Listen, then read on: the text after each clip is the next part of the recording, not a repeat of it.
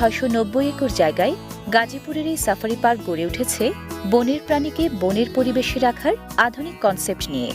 Game reserve forest থেকে ছোট কিন্তু চিড়িয়াখানার চেয়ে বড় এই ওয়াইল্ড লাইফ পার্কে দর্শনার্থীরা ঘুরে বেড়ান নিরাপদ বাহনে, আর বন্যপ্রাণীরা আবদ্ধ খাঁচার পরিবর্তে থাকে বনের প্রাকৃতিক পরিবেশে।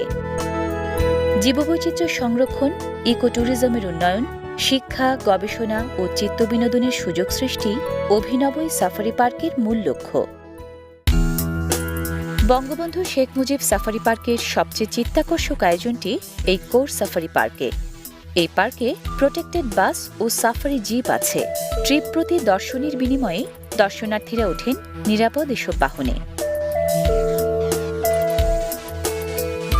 নিরাপদ বাহনে চড়ে দর্শনার্থীরা চষে বেড়ান কোর সাফারি পার্কের নানা প্রান্ত, ঘুরে ঘুরে উপভোগ করেন বনের পরিবেশে রাখা